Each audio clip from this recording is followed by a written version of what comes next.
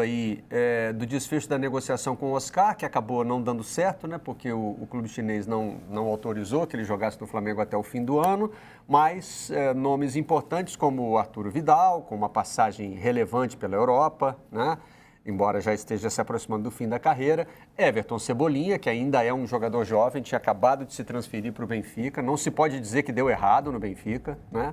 O Flamengo tem conseguido fazer esse tipo de movimento, Capello, de trazer jogadores da Europa para o Brasil. E continua sendo um bom vendedor, né? Até hoje o clube usa os recursos com a venda do Vinícius Júnior, por exemplo, e depois do Vinícius Júnior já foi o Reinier, enfim.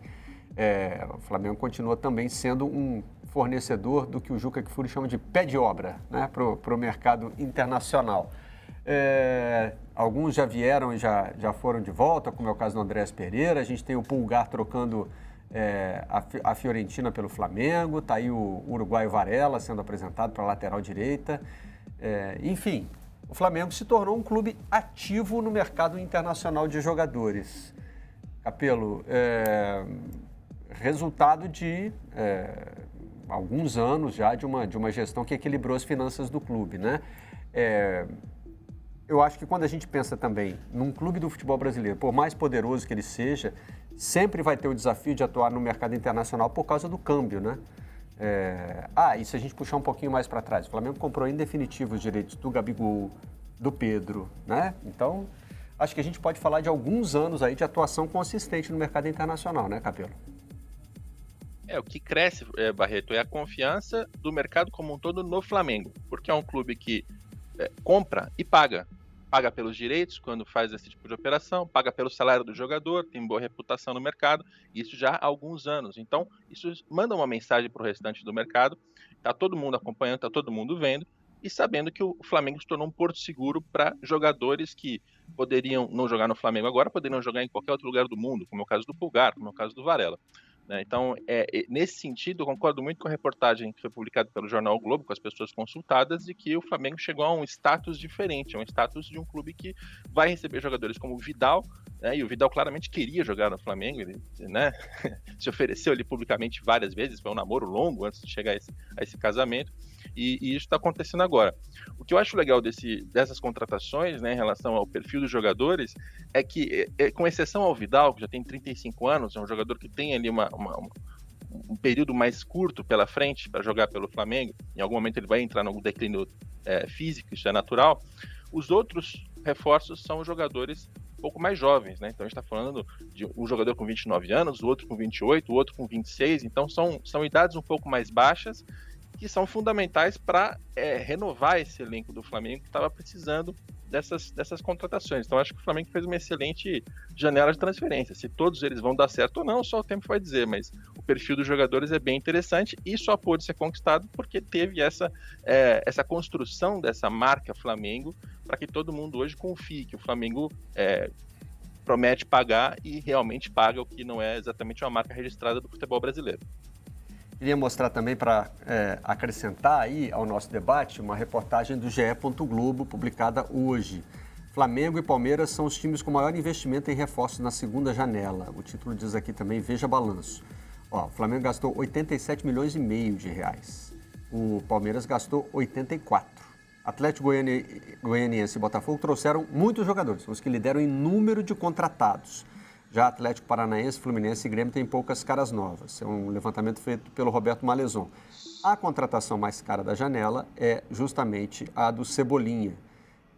72 milhões e meio, ou seja, responde por quase todo o investimento que o Flamengo fez aí nessa janela de contratações. E acaba que, por vias tortas, o Flamengo faz o que os clubes mais poderosos do país acabam fazendo, né? Enfraquecer os seus adversários. Porque o Flamengo tira, por exemplo, o Pedro do Fluminense e o Cebolinha do Grêmio, né? Depois que eles passam pela Europa, né? Ou seja, esses clubes não vendem diretamente ao Flamengo, né? Mas o Cebolinha deixa de ser jogador do Grêmio e passa a ser jogador do Flamengo. o Pedro deixa de ser jogador do Fluminense, passa a ser jogador do Flamengo. E já aconteceu diretamente, por exemplo, com Gabigol, Bruno Henrique, Arrascaeta. Esses o Flamengo foi buscar diretamente nos rivais, né, Alice? E foram caros, né? Essa passagem pela Europa, Sempre ela tem um preço, né, naturalmente. Mas eu acho que o que é mais notável do fechamento da janela e desses números que você mencionou do levantamento do GE é que os dois times que mais contrataram, claro, são os dois times mais fortes e mais ricos, mas são os dois times que podem se dar o luxo de gastar mais que o dobro dos que vêm, né, no segundo colocado ali, que acho que é o São Paulo, com um pouco mais de 30 milhões, para montar, para reforçar os seus elencos, para colocar a maior parte desses jogadores, pelo menos num primeiro momento, na reserva.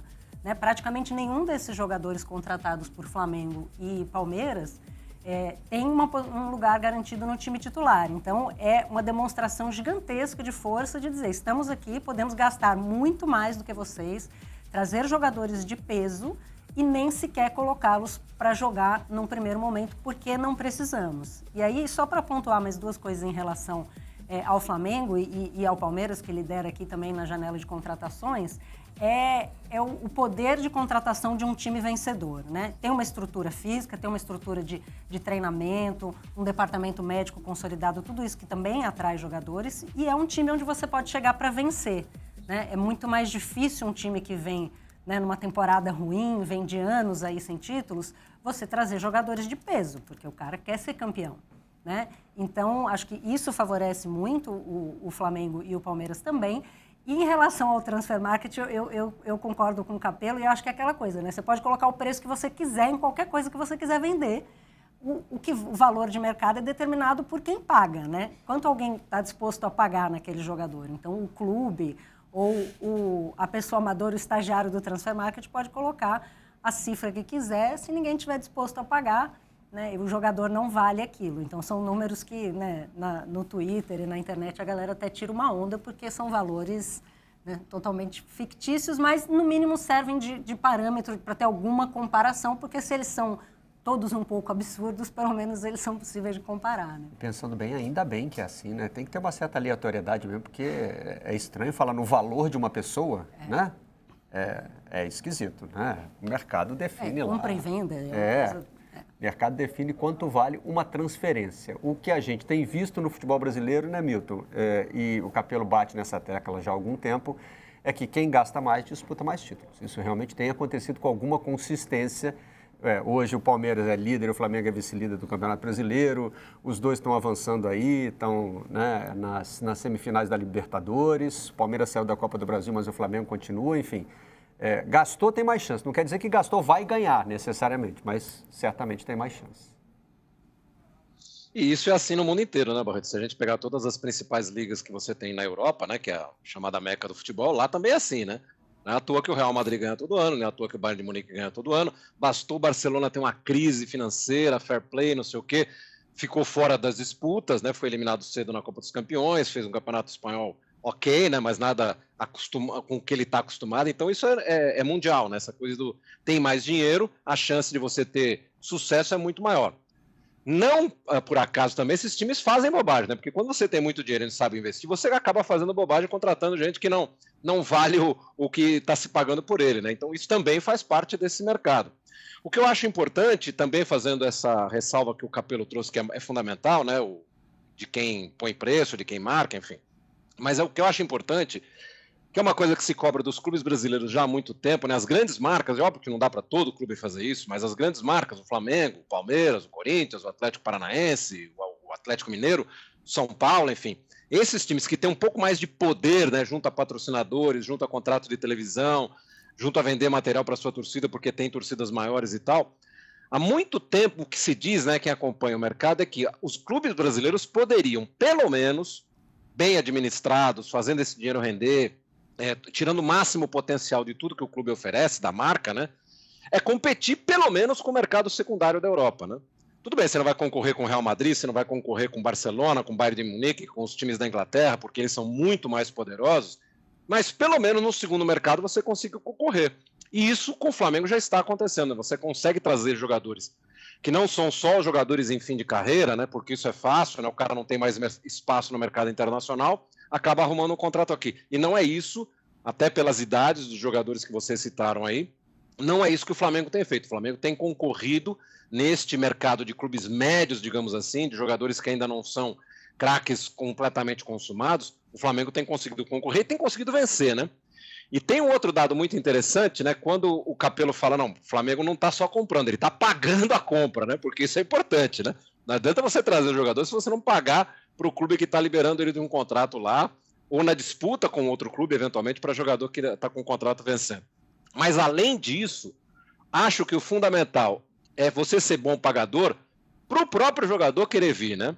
Porque é muito fácil, eu não tenho a menor dúvida que há uma rede integrada de jogadores que, por exemplo, o Vidal recebe um convite do Flamengo, embora o Vidal seja jogador já mais em fim de carreira, mas eu não tenho dúvida que ele passa a mão no telefone e liga para jogadores do Flamengo que ele eventualmente conhece, com quem ele já tenha jogado em outros lugares e tal. Escuta, como é que é o negócio aí? Os caras pagam em dia, estão me oferecendo uma grana aqui que eu tenho medo de aceitar e chegar aí e não pagar. Não, pode vir que os caras estão pagando, porque o negócio aqui é bom, a estrutura é legal, como disse a Alícia. Dá para fazer uma boa campanha aqui, porque eles estão oferecendo tudo. Então, esse tipo de coisa acaba sendo fundamental para se conseguir contratar. Quando você passa a ser um bom pagador no mercado, né? E o mercado sabe disso, né? Todo mundo se comunica nesse mercado, mesmo sem as coisas serem publicadas na imprensa. Então, acho que tudo isso é muito importante. O Flamengo está conseguindo vencer essa barreira, mesmo com aquela ressalva que você também fez no começo desse assunto, com esse câmbio absurdo que hoje a gente tem para euro, para dólar, enfim. Mesmo assim, o Flamengo consegue fazer bons negócios no mercado internacional, apesar do câmbio. Se ele tivesse um pouco mais baixo, eu não tenho dúvida que outros clubes que estão mais estruturados do ponto de vista financeiro também conseguiriam fazer coisas melhores no mercado internacional. O Milton falou aí sobre fazer besteira e me lembrou de um chefe que eu tive no Lance, que nem era do jornalismo, ele era da parte mais estrutural, né? E ele diz o seguinte: Marcelo, tem um dilema na vida do jornal que é o seguinte: quanto mais papel a gente gasta, mais a gente vende. Então, estou chegando à conclusão que o nosso negócio é gastar papel, né? Se você imprime mais jornais, tem mais oferta na banca, mais gente vai comprar, em compensação vai sobrar mais jornal. Então, o jornal estava sempre em busca desse equilíbrio, né? E aí a gente fica pensando nisso, né, Capello? Quem tem mais dinheiro para gastar vai poder, eventualmente, como o Milton disse, fazer besteira. Ou, às vezes, avaliar que não deu certo. Por exemplo, o Flamengo, na leva recente, contratou o Kennedy, o jogador que veio do Chelsea, veio do futebol internacional, chegou aqui, não rendeu, o clube avaliou que não valia a pena, devolveu, né? Vida que segue. O Flamengo, aquela que foi a contratação mais cara da história do Flamengo, o Vitinho, depois ele acabou sendo superado, mas hoje é reserva do time reserva do Flamengo, né? E a diretoria está procurando alternativas para negociar o Vitinho, mas ele é caro, né? Pagou caro, tem que vender caro, então ainda não conseguiu. Tudo isso nos remete, Capello, à questão do fair play financeiro, né? Porque o Milton também fez essa comparação com os clubes europeus, lá tem isso também, né? Tem os clubes que têm condição de, inclusive, de superfaturar algumas compras, né? O que a gente viu o Real Madrid fazer agora com o Mbappé é espetacular, né? Cada dia que o PSG dizia não, o Real aumentava mais 20 milhões de euros, né, na conta. Assim, o preço que já era recorde subia ainda mais. E o PSG se dava ao luxo de não aceitar. Quer dizer, é uma negociação que a gente não consegue nem ter os recursos para acompanhar a lógica do processo.